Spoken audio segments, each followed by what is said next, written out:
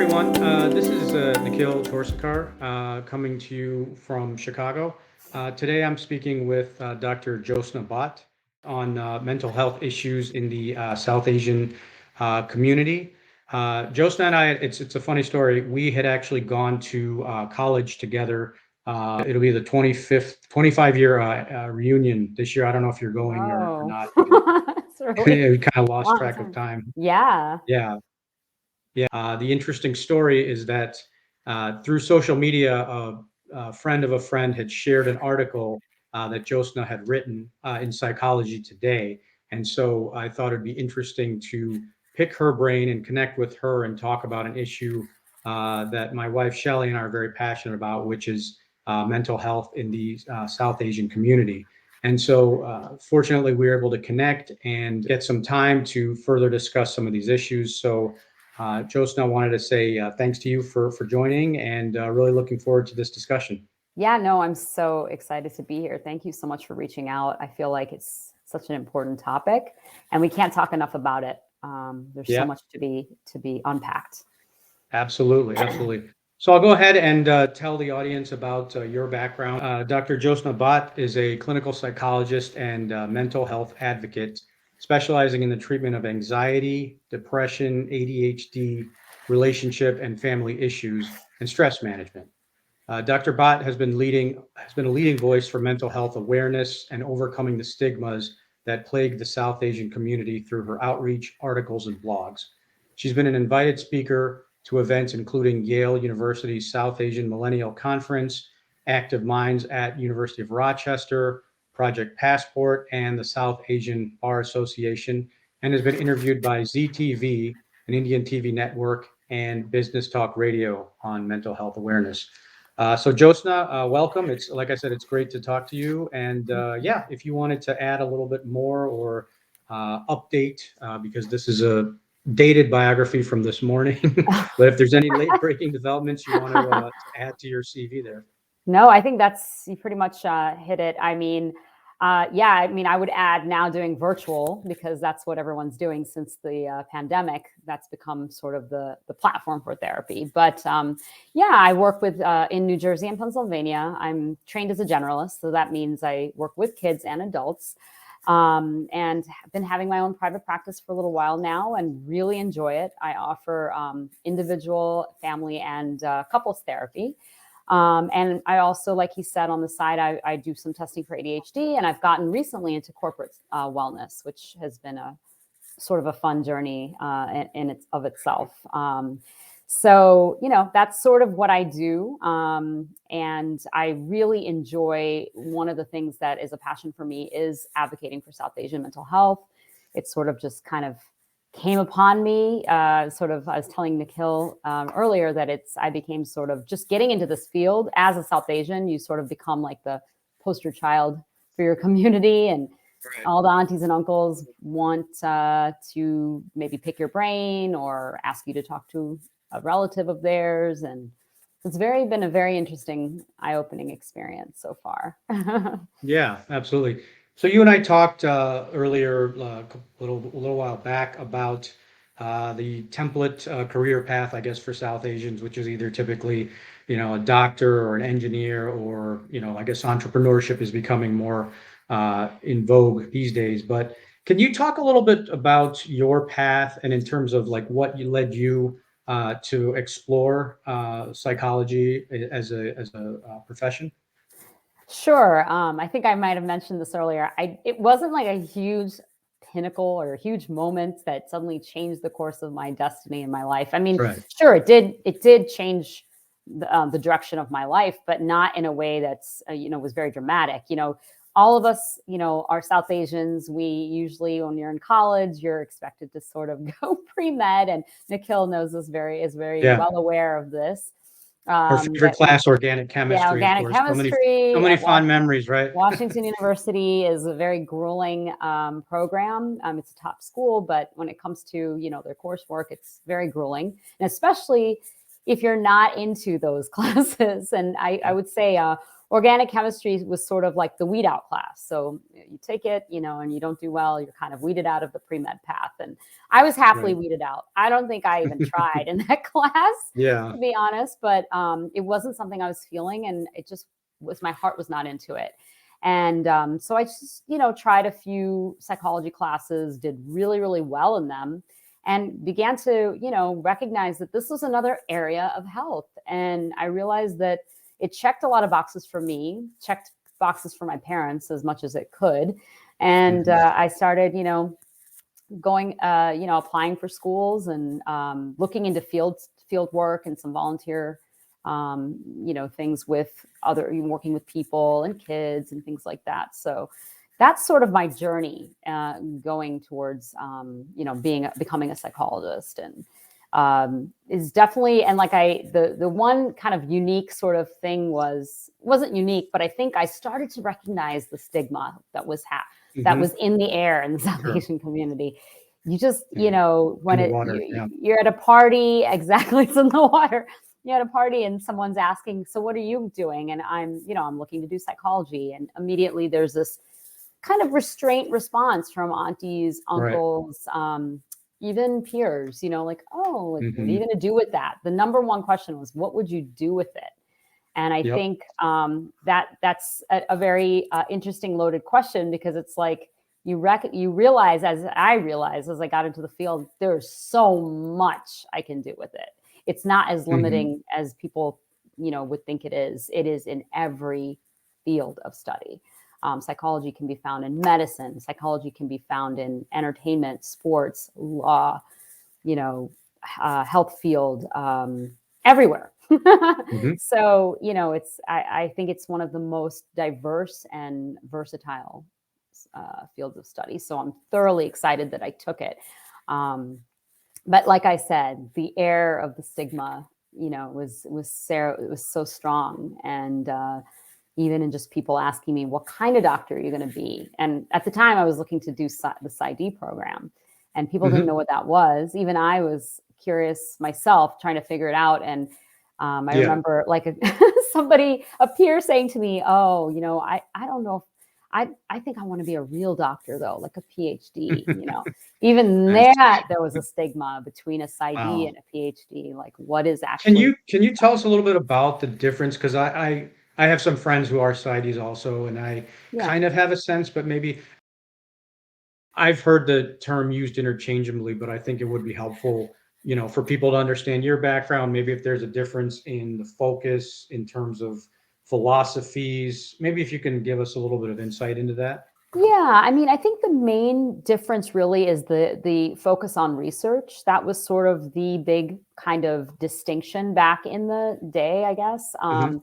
Research, PhDs are expected to publish. You're expected to, continue on some sort of research project, whatever it is. You're publishing papers. You're maybe writing books, even, those kind of things. And with the PsyD, and you're getting some clinical work. I understand that you're getting a lot of clinical work as well, but with the Mhm. PsyD, the emphasis was clinical. It was a lot more of field work, and getting seeing clients, seeing patients in different various fields of study. Mhm.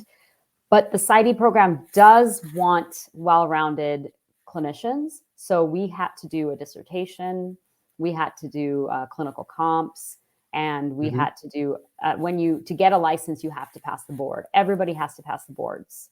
So, and then you get matched with a residency, very similar to med students. So, I Mhm. mean, PhDs and PsyDs sort of converge in some of those areas.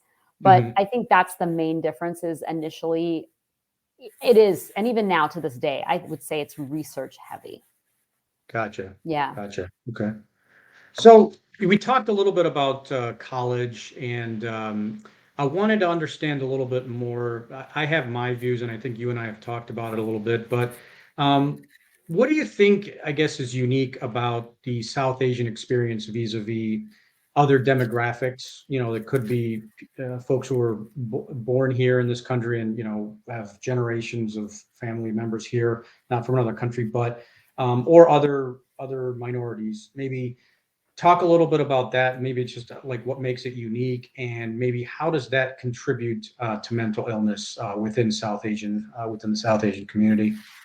Sure. Yeah. I mean, I'd say that, any demographic group other than, maybe the African American, Native Americans, to some extent, Hispanic Americans were different, just because they weren't dragged here on slave ships, and they weren't forced here to come here. Mhm. Rather, it was almost like a place to seek opportunity. It was more of a positive sort of experience, right off the bat. You were kind of, thanks to the civil rights movement, leaders were fighting for the rights of Black people. And as the immigration laws were being written, so many, I was looking through that, that finally, that Asians were started to get included. And so were South Asians, riding sort of the coattails of this whole civil rights movement. And were able to be sort of added in. And especially when they started adding literacy laws. And places like India at that point, like, we're talking mid 19th century and stuff, were already colonized, speaking English. So they were able to sort of, kind of have a leg up in some cases. So I mean, obviously immigrants from South Asia, especially India, came really far back from like mid 19th century. They were coming from Punjab and working on the railroads and trying to compete economically. Still were getting underpaid. But it Mhm. was later in the 1960s, I think, where this huge group of South Asians started coming in, an influx, and they were like really, fluent in English and, high professional skills, and their very, level of education was very strong. And they were trained as like Mhm. medical doctors and scientists, Right. engineers, and university professors. Even my dad And then was like, came in as your a dad university. was, yeah, Yeah, a yeah. university professor. We went to England first and then came here, but he was, faculty at WashU. So, it Mhm. kind of allowed people to bring their families and sort of begin to have the financial means to own property and things like that. So, really, you're looking at a group that was um, just highly educated and coming here to make big money and have their dreams of wealth come true. And there's a certain Right. status, as you might know, when you go to India and visit, to be part of America or to be living in America. It's a pride that comes The from family of celebrity immigrants. Absolutely. The American is visiting, like it's a big deal. versus. And this kind of added this layer of pressure for immigrant parents, I think, to just work hard and to be successful. It was a point of pride, and they really wanted to make sure Mhm. they were setting themselves up, but more importantly, setting their children up. And they Sure. would stop but nothing to, get at least their children to enjoy the fruits of their labor. Mhm. Mhm. Usually a lot of times they don't even enjoy it themselves, but they're just making sure that they're setting kids up. So with that backdrop, there's this tension and there's this pressure at home around academics Mhm. and finances, and just these growing issues between immigrant parents and their bicultural first generation kids. I mean, here are the first gen bicultural kids trying to straddle two cultures, not feeling Right. like you fit in India, Either not one. fitting in Yeah. America, and trying to, kind of get, figure out their schooling, figure out how they fit in, like Where they in fit and in. what their Yeah. identity is. Yeah. And I feel like that has been some of the, and that, that's like 70s, 80s, 90s, like trying to figure out, how to straddle these two cultures and also deal with what their parents are expecting from them, which is that, the pressure of academic success. And, it's kind of like, I think we touched on a little bit in earlier discussions Mhm. about the model minority myth and, Yep. I was you just know, gonna ask that. Yep. yeah, yeah. So really, like, I feel like this model minority status is a big, driver of stress, and Sure. it's 100%. It kind of puts this external pressure, I should say, to kind of put your head down, don't stir the pot, no Yep. matter what is thrown at you. You have to keep sort of pushing forward. And, the tenets of, forbearance and patience and sacrifice, fortitude and gratitude, like all of these things are encouraged and sort of made to seem as the most important sort of values to have. Mhm. And I think this idea of pain tolerance and tolerance of suffering is really Yep. huge. So there was a study done actually in if I can just share quickly, Sure. Yeah, go ahead. in 2015 by this doctor who interviewed South Asians in America, and I believe in Canada and UK possibly as well, about their tolerance for pain and how they view it. Okay. And basically, one of the main takeaways was that pain was not something that South Asians deal with. You kind of Okay. put it off, right, for a very long periods of Right. time, even going to a Is doctor. that's South Asians all over the world or in specific regions, or where was this Well, exactly? he found this that he was looking at American South Asians in America, South Asians Okay. UK, and I think India, maybe Canada. Okay, so the And diaspora then, not so much in yeah, India, just kind of all over the world then. Okay. yeah. Go ahead. Yep. So just how they, we put off pain. I don't know if you notice that in your own life with your own family, but just the idea of like going to a doctor. Grin and bear it is kind of the mantra, Yes. right? Yes, definitely. So, you don't even go to a doctor sometimes until the pain is extreme or we're Yep. at a very like sort of last resort type of situation. And there, when they're given medicines, apparently South Asians, and I think this is probably very much Indian, South Asian Indians, they Mhm. would just take very little pain medication, like just the bare minimum, because this idea, I think there's a lot of beliefs in religion, in spiritual traditions about the body being able to heal itself or Mhm. heal through Mhm. natural sort of ways. Sure. But it's very telling also, though, about mental health and how there's this notion that like such issues as depression or anxiety is just something you don't Like have a to worry weakness about. or Yeah, it's a yeah. weakness. You don't need to be worrying about that so much. You need to sort of dig deeper and sort of deal with it. And you're right; they do look at it as sort of a weakness. Strength Mhm. is the idea of like holding on and being strong and not being moved by Resilient. Yeah. resilient. Yeah, exactly. Not being moved by these kind of bodily pains or mental sort of changes. But it's interesting. It even sort of transfers in responses to like racism or prejudice acts that we have probably you or in your family or have experienced. I know we have had such Mhm. experiences in America and even in England. But I think Hassan Minaj beautifully talks about this in I Homecoming love King, Hassan right? Minaj. Yeah, He's genius. he's a genius. He talked really about how his family gets victimized by racism, and his father was just quietly dealing with, cleaning up the glass that the racists had broke of their car, and then he didn't Wow. want to make a ruckus, didn't want to make a scene, and or stir the proverbial pot, so to speak, right? So Right. he asked him like, Papa, why or Dad, why are you doing this? And he said, "Log kya kahenge," meaning like, what will people think? Like, what will others say? Mm, Right? This was in that interesting. Homecoming King special, if you've ever seen it on Yeah, Netflix. yeah, it's okay.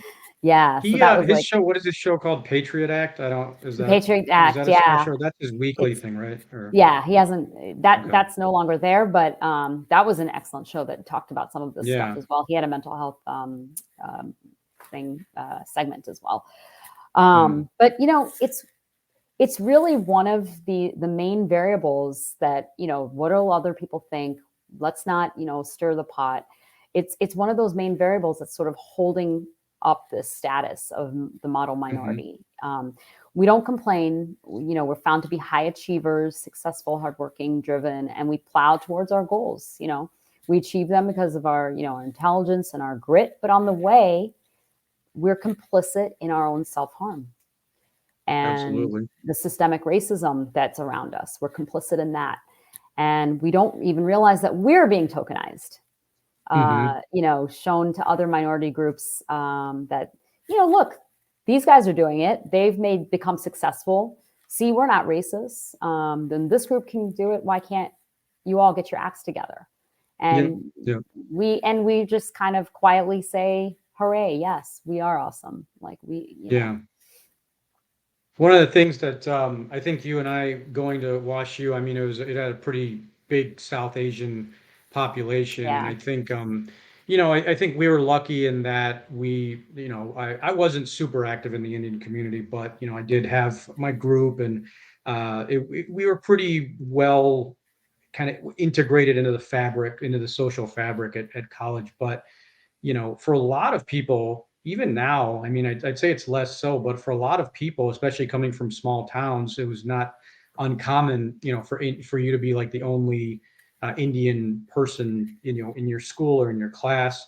Um, Now, I know that's changed over the years. It's definitely a lot different now, especially like when we see, well, obviously we have first South Asian vice president. I mean, obviously that's a big achievement. Yeah. There's more people like you mentioned, Hassan Minaj, Aziz Ansari, Mindy Kaling, all these people kind of making inroads.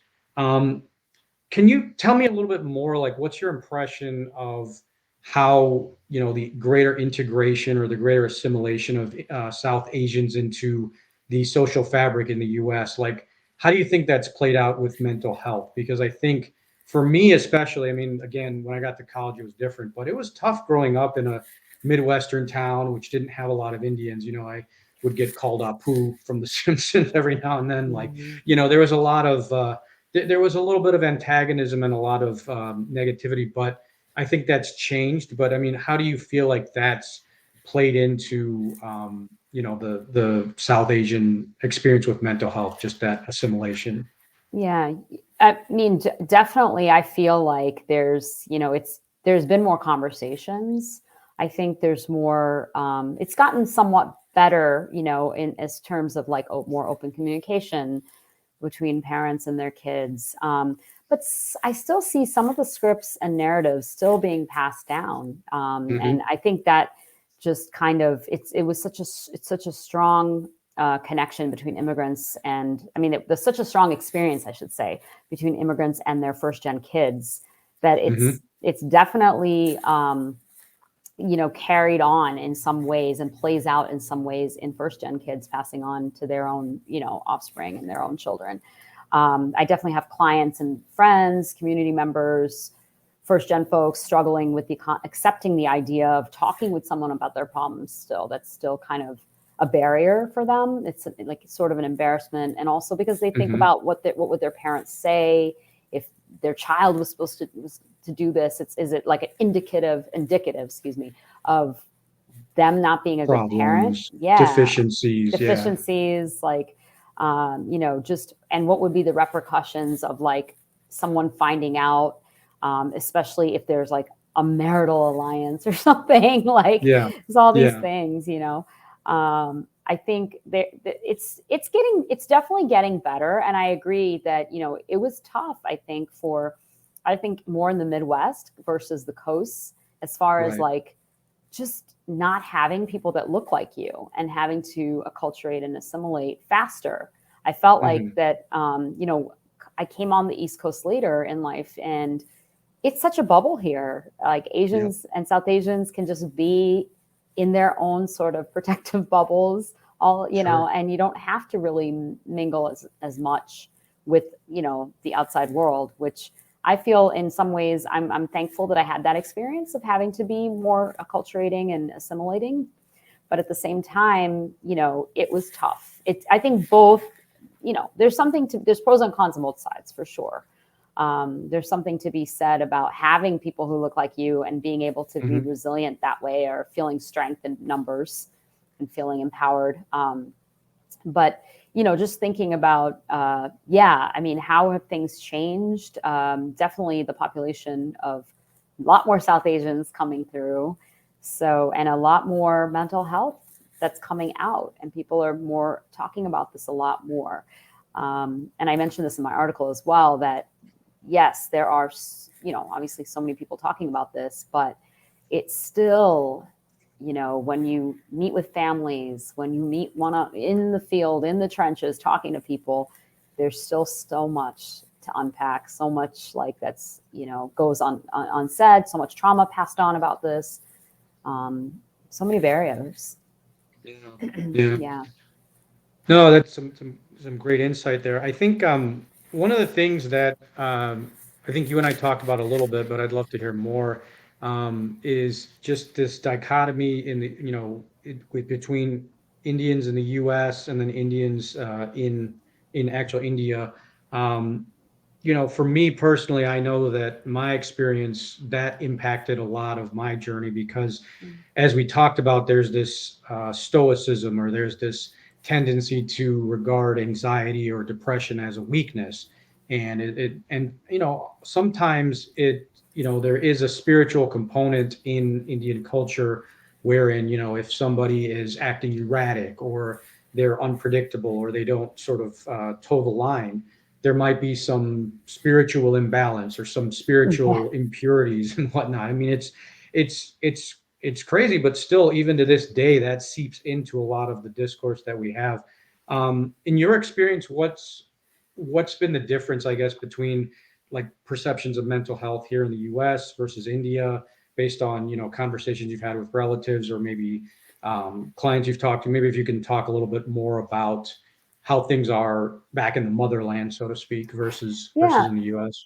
I mean, I can't speak to how it was back, before, because we'd visit and I wasn't even in the, doing anything with psychology at the time. But, Right. I did go have a chance to speak at one of the colleges there. It was an all-girls college called Etiraj College in Chennai, and it's a really Hmm. nice, excellent institution, and they have a strong psychology department. I spoke to for the psych students and the entire department and faculty, and Hmm. it's come a long way as far as actually viewing psychology alongside medical kind of issues, psychological issues alongside medical issues. But I feel like there's definitely psychological issues often need sort of the advocacy and the support of the medical communities Yeah. and the Hmm. medical sort of you know stamp of approval, or advocacy. That's the main thing. But as far as the difference of how things are there in the motherland, or I can only speak to India. I feel like Right. it's definitely come a long way. I know back in the day they would, the little I know, mental health issues were often dealt with, by ignoring, or just kind of keeping somebody off in a corner or in their own sort of space, or put them in an Yeah. institution. Yeah. There's this idea that they're just crazy. No matter, even if there was potential for them to get some help, there wasn't the knowledge, or nor did they take the time to kind of seek out or research what could be happening, what they could do with it. But you're right, Yeah. there is this pervasive sort of understanding about the spiritual aspect of it, which influences a lot of folks, particularly Ayurveda, and other types of you know, uh, holistic medicine and things like that, where they do talk about imbalances. And, while that can be used in therapy, it can't be the only sort of guide.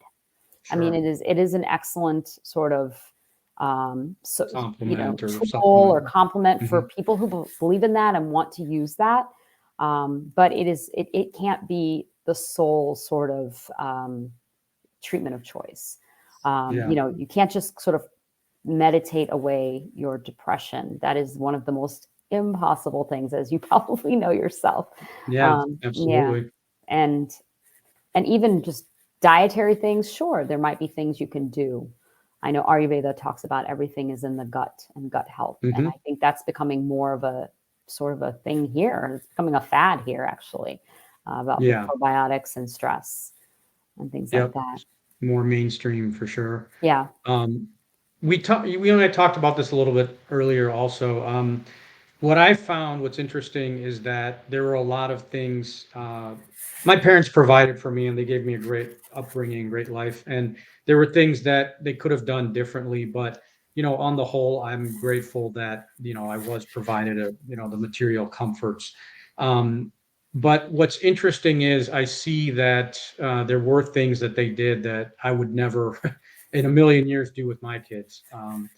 But what I've found is very interesting is that a lot of my compatriots, or fellow Daisies, um, it's almost like they went through the same kind of experiences, but they didn't learn. And so a lot of the, whether it's consciously or unwittingly, it's almost like they're sort of repeating the same patterns, whether it's that drive to achievement, whether it's that sort of, let's push our any sort of dysfunction or any challenges under the rug. What is your experience been? I mean, in terms of observing second generation Indians, in terms of how they're learning from the lessons of the past, good and bad, but how are they sort of modifying the script for their own kids? Um, I think there's a lot of, more of the owning of, their own negative thoughts. The very Hmm. fact that, so a lot of times the kid wants to come to therapy. That's the new Hmm. thing. The Yeah. teenager or the 16-year-old or the, young adult in college. Um, and oftentimes though, when I'm seeing like young people, like let's say, middle school, adolescents, and high school, I'm seeing the parents at least a few times, and not to necessarily do therapy with them, but to sort of give them some understanding of what's happening Hmm. with their son or daughter, and some direction and some strategies on how to parent, and give parenting tips and parenting guidance, Hmm. and that will help their son or daughter improve, feel better, those kind of things. And I think them just sitting in on some of those, they start to recognize, oh, like, yeah, I have my own sort of things, my neuroses. And many Sure. times they start to think, I think I want to see a therapist. I mean, it comes with time and, with, kind of discussion and communication and, you know, the relationship I have with their child. And if they're kind of seeing that this is really making a nice difference. And they notice Hmm. that the things that they're going through, if they have the insight, is impacting their child, right? So they have to kind of have that awareness and that insight. Sure. Sometimes they do, sometimes they don't. And if they know that they have that insight, the next step is, do they want to do something about it? And Hmm. that's the next step. Will they actually take time to go to therapy, or will they just sort of want to handle it on their own somehow, or just ignore it and not do anything about it? So we have sort of a Do you spectrum of find that they're putting responses. this? How do you feel they're doing in terms of like putting pressure on their kids, like to, kind of like our parents did? Do you feel that it's different or about the same, or what's I what's been your experience? Yeah, I think it's a mixed bag. I Hmm. think it's so it's there's definitely those parents that are still like, you got to get into that Ivy League Type school, and you A, got to, yeah, like, you got to make it happen, and they're like carbon copy of what their parents did, even though they know it right. didn't work for them, but they're doing it because it's a script. It's Hmm. a script that's an kind of, lays it out, and it's like autopilot. Excuse me, I don't know what that was. No worries.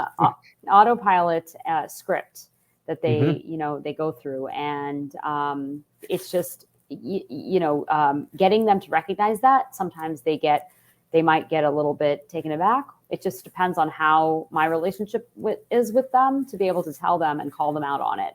Um, but yeah, I mean, sometimes, like I said, some people have that and can recognize, I don't want to do this to my child.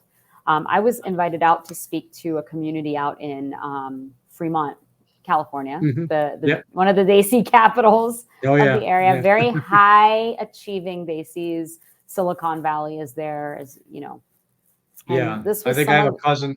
I have a cousin who lives in Fremont. And he's at Facebook. So yeah, Yes, definitely yes. familiar with that. Yeah. And I was talking to some of the parents, and definitely the themes that came up were, you know, competition, and comparing the kids to another child, and this was done to me, said one of the parents. So this is just what I do. This is what we all Hmm. have to do. Kids have to learn to get through, and because you're always going to get compared in your life. That was one of the things one Right. of the parents told me. And I Right. said, I know, but that doesn't mean you have to pass that on. And that doesn't mean it's a healthy sort of thing to have to deal with, Yeah. you know? Yeah. So, Exactly. Yeah. It is interesting. It's almost like you've gone through something. Kind of what it's almost like putting. You drink some milk out of the fridge. It's spoiled. It's like, well, let me put it back and see if it's, how it's going to taste tomorrow. I mean, you Yes, kind of know what, you see the writing on the wall, you've been through it, you've seen the movie, but you still, kind of, you don't learn from the past. So that, 100%. yeah. Couple of things that with mental health, regardless of demographic, but I think is interesting is there's two things that I would say it would be like a double-edged sword. One would be like social media, because Mm, it's interesting because for my interpretation is with social media, I always try to start with the good. So the good thing is obviously there's the community, there's the access to information, there's the engagement, there's the connections that you form. Like this is a perfect example. Like you know, I would have never thought to like connect with you about like mental health in South Asian community. The reason I did was because Bhavna, our mutual friend, she had shared your article on, I think it was either LinkedIn or Twitter or something. But I look at that kind of serendipity. I look at that, the just things that kind of happen out of the blue, which is just incredible. That's not something that we would have had 30 years ago on Prodigy or AOL or whatever those primitive social networks were. But so I do have to say that's a good thing. However, obviously, the bad side is just that there is that desire to keep up with the Joneses. There's that compunction to live up to this false, idealized, selfie ready image. Maybe can you talk to me a little bit more about sort of how social media and maybe how that's impacted however you want to touch on it. I mean, the South Asian mental health issues, or just in general in your practice, in your experience. yeah. I mean, today, it's funny that you mention it because today, just on, I think, Morning Joe, they were talking about that again, Facebook, or I think, well, Instagram through Facebook is Hmm. getting backlash again because the suicidal rates going up. I think Sure. with, teenagers, and they're like, why can't they do something about this? But it is what it is. I don't think it's ever going to stop, unfortunately. Yeah. It's just how much we can allow kids and people to consume. I think but that's a whole nother kind of topic. I think, yeah, I mean, definitely the kids I see, or the teens I see, the young adults I see, everybody is talking about social media here and there and how much it does impact them. Sometimes it's, Hmm. when they're depressed, they're like, I can't even look at it. I can't, it Yeah. really can't. Or I find myself scrolling and Doom scrolling and scrolling. scrolling, Yeah. doom scrolling, and just like how, and you're taking it in, taking all of it in subconsciously. It's impacting you subconsciously. And they do it right before bed, and it's no wonder, Hmm. the sleep is affected, self-image is affected, appetite's affected, all these things. Like, yeah, I mean, look, I'm not going to tell anyone not to, or to look at social media, or to not look at social media, but it definitely, there's a place for it. I mean, but when it comes, if you're already in a state of mind that's not, um, I guess, content or happy, Yeah. or, if you're in a If you're state of mind where predisposed to if some you're of these types predisposed of to challenges. depressive Yeah. feelings, or anxiety, depression, those kind of things, it can be really difficult. It can definitely lead you down a rabbit hole of not good enough, those core beliefs that sometimes come up for people. I'm not good enough. I'm not lovable enough. I'll never be as good as this person, never as pretty as this person when it comes to like body image. I know that's another one. I Right. have to constantly have to tell my teenage the girls that, that's not real, or those are highlight Yeah. reels. And, Yeah. you could throw on makeup and lighting and a dress and you would look the same. Do you really care, that much? Yeah. Those kind of things. On the other hand, there has been I think, just an explosion of mental health, like support and education and resources and tools, and holy smokes, there's a lot. And it's like South Asian mental health, East Asian mental health, Yep. African American, Black Lives Matters, like so many things, that are on there that have been really just, it's uplifting in that way, and really Sure. optimistic and hopeful, and nice to see that there's so many people advocating and, doing the work, and trying to sort of raise the consciousness, raise the awareness around all these issues. Domestic violence, like there's just so many things that are being talked about. But you have to be accessing those things.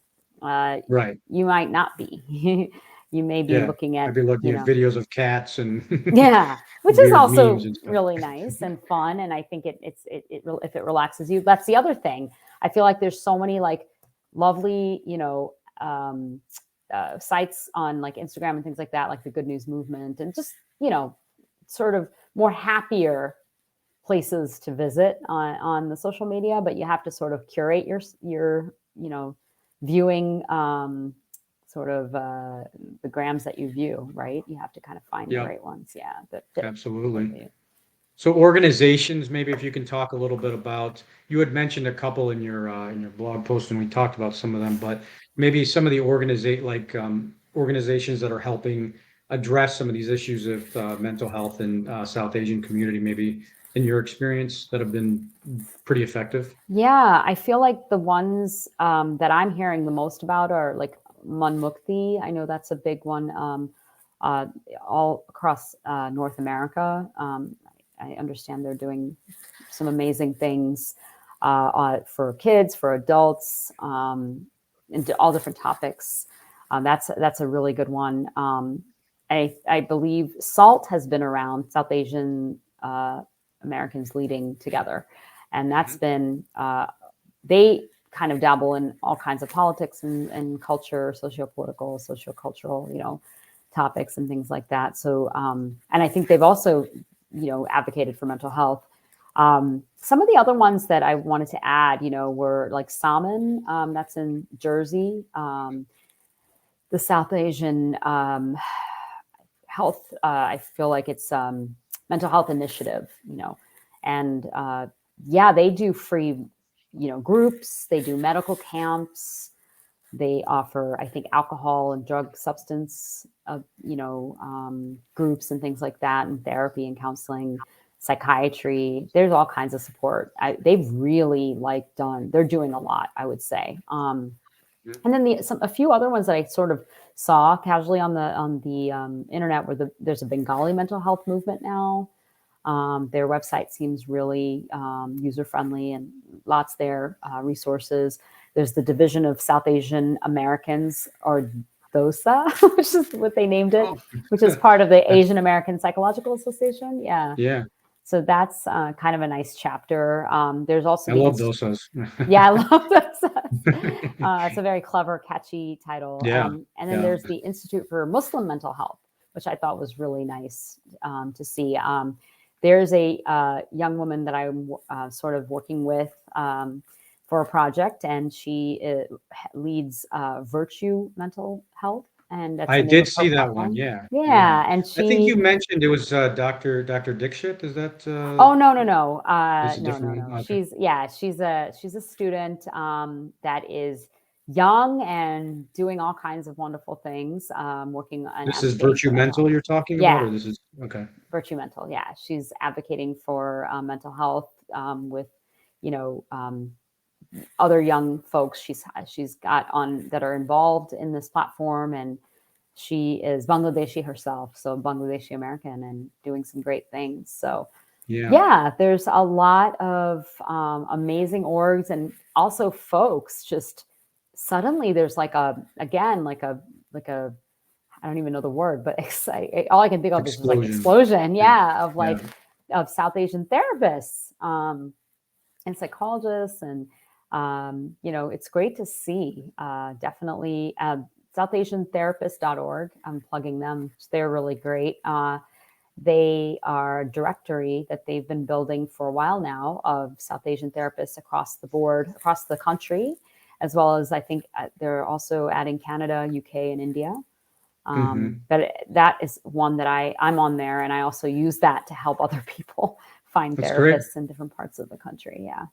So do these therapists, do they specialize, like, are they focused primarily on like issues as they impact the South Asian community, or is it more like maybe they're they find that they are better able to connect with people because of the same cultural background, or is there any, or is it just like a general South Asian therapist kind of community?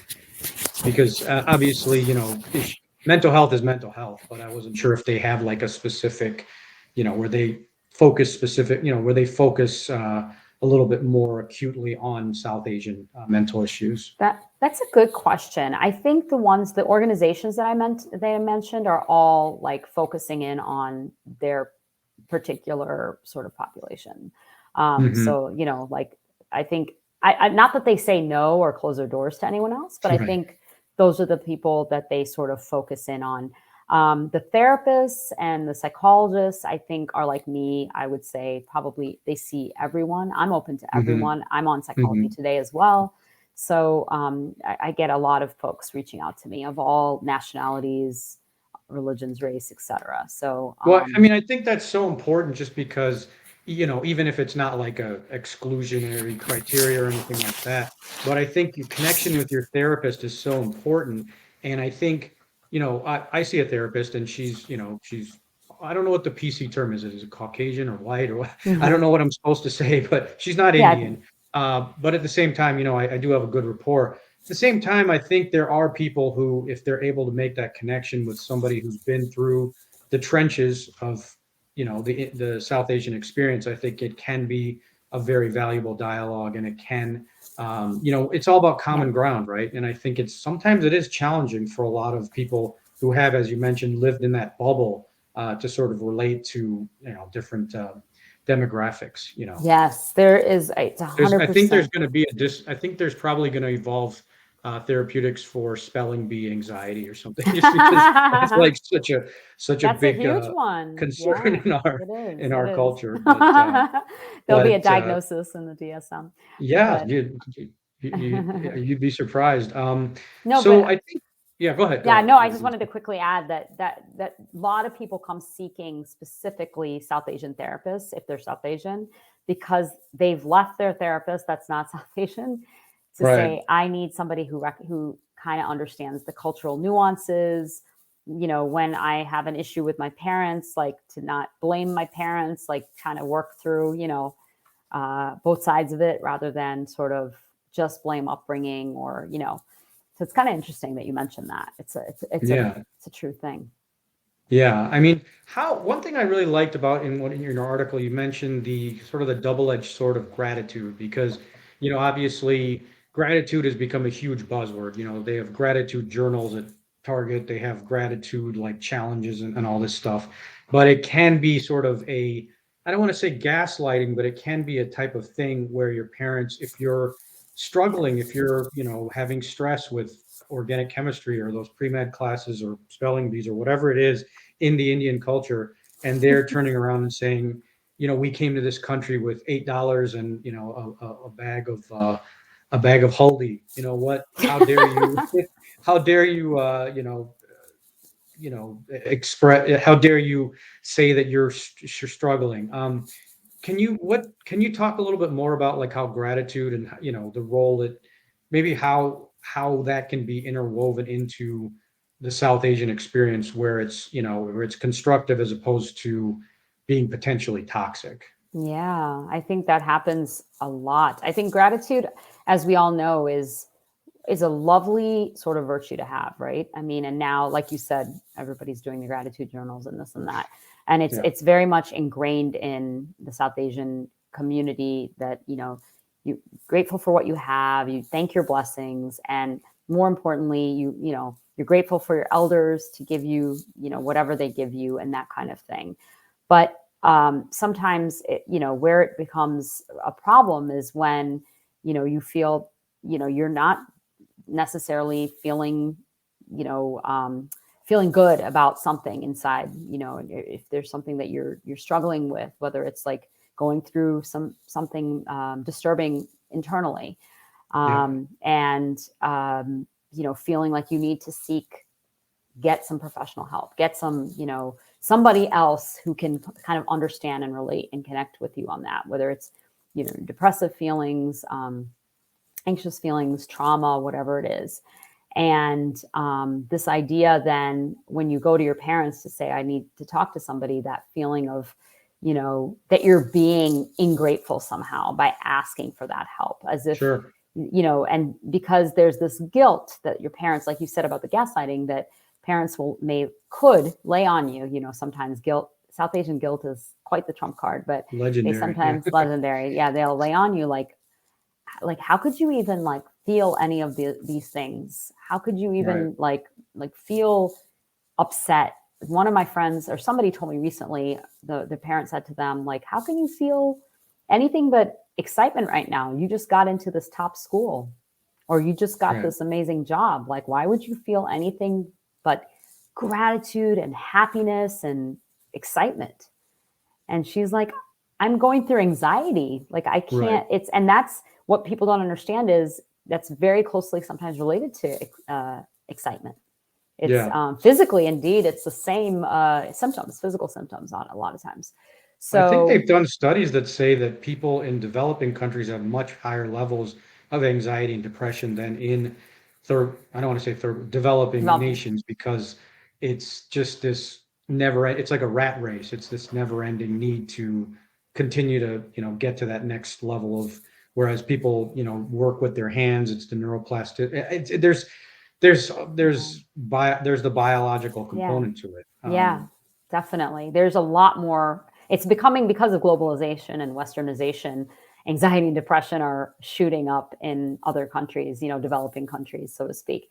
But it used to be sort of the diagnosis of the elite, or like of the wealthy, Freudian neuroses and anxiety and things like that were just like, rich people's problems. And but now it's like it's everywhere, because we're all sort of in this rat race to continue to achieve and continue to move forward. But yeah, no, absolutely, that's where gratitude can sort of turn on you. So, backfire, sort of backfire and sort of actually cause more pain for the person who's feeling, wow, am I doing something wrong by going outside seeking help? Am I, betraying my parents? Am I betraying my family? What will other people think? That narrative again, am I doing something wrong? And why can't I just get this together? Why can't I get it together? What's wrong with me? And yeah. I did want to ask one thing. You talked about it earlier, and it was an interesting sort of spin on it, because it's this whole concept of mindfulness and meditation. For me personally, I'm in therapy. I find it to be very valuable. But one thing that I found is that it has limitations, because, if you're going to rely just on medication, that's going to be ineffective. If you're going to rely just on cognitive behavioral therapy and talking to someone, it can be effective, but there's ways to combine it. But I think those two, there's so many pieces in what I call the mental health toolkit. And I just want to understand sort of what, in your opinion, in your experience, like, what is the optimal pieces of a mental health toolkit? Because for me, like I said, medication, talk therapy, that's been good. But I've just found that meditation and mindfulness, just simple things like paying attention to the breath. Nutrition is something I still struggle with. I mean, I'm growing up on gulab jamun and idlis and all this stuff. I have a pathological sweet tooth, so that's something that I've been really struggling to shed. But that said, I mean, because that is, as you talked about with Ayurveda, that's a big part of it, is nutrition. But mindfulness, meditation, I mean, those are things that from our ancestors, from our upbringing, just the whole concept of, harnessing that, in the primordial sound meditation of chanting mantras and everything. Can you talk a little bit about, sort of in your experience, basically working with clients, like, what do you think is sort of the elements, the four basic food groups, if you will, of a mental, of a well-balanced mental health diet? Yeah, that's interesting that you say that, because I feel like, as South Asians, I feel that we have at our fingertips sort of the keys to the kingdom in some ways, so to speak, sort of like the yoga and the gazillion types of meditations, the the overall sort of, in every sort of, not just Hinduism, I mean, like in, other Eastern thoughts like Buddhists and Buddhism, even in Taoism. this, in the Sufi traditions too, they have those Hmm.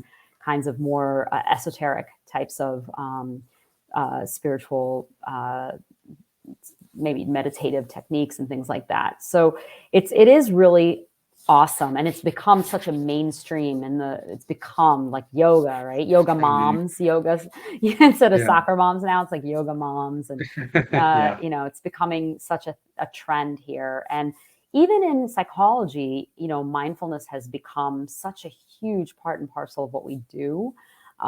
It's taught in the graduate programs. I was trained in it in my graduate school. To use it with patients, use it on myself. It's Hmm. encouraged as a self practice, obviously. Did you say that they actually did have some coursework on that Mhm. in your graduate program? Um, yes, it was coursework, but there was mainly field work. So we Mm, were like okay. reading books by John Kabat-Zinn and Mm, and really trying to apply those things, the mindfulness based stress reduction group and things like that, and cognitive mindfulness based cognitive behavioral therapy and things like that.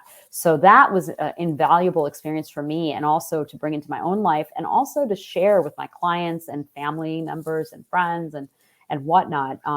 But I think you're right in the sense of, as I love the way you put it, this what's a balanced diet and 4 food mhm. groups and things like that. I don't know if Yeah. it's 4, Yeah. but definitely I I gotta agree. trademark that. Remind me to. I gotta. Yes, Yep.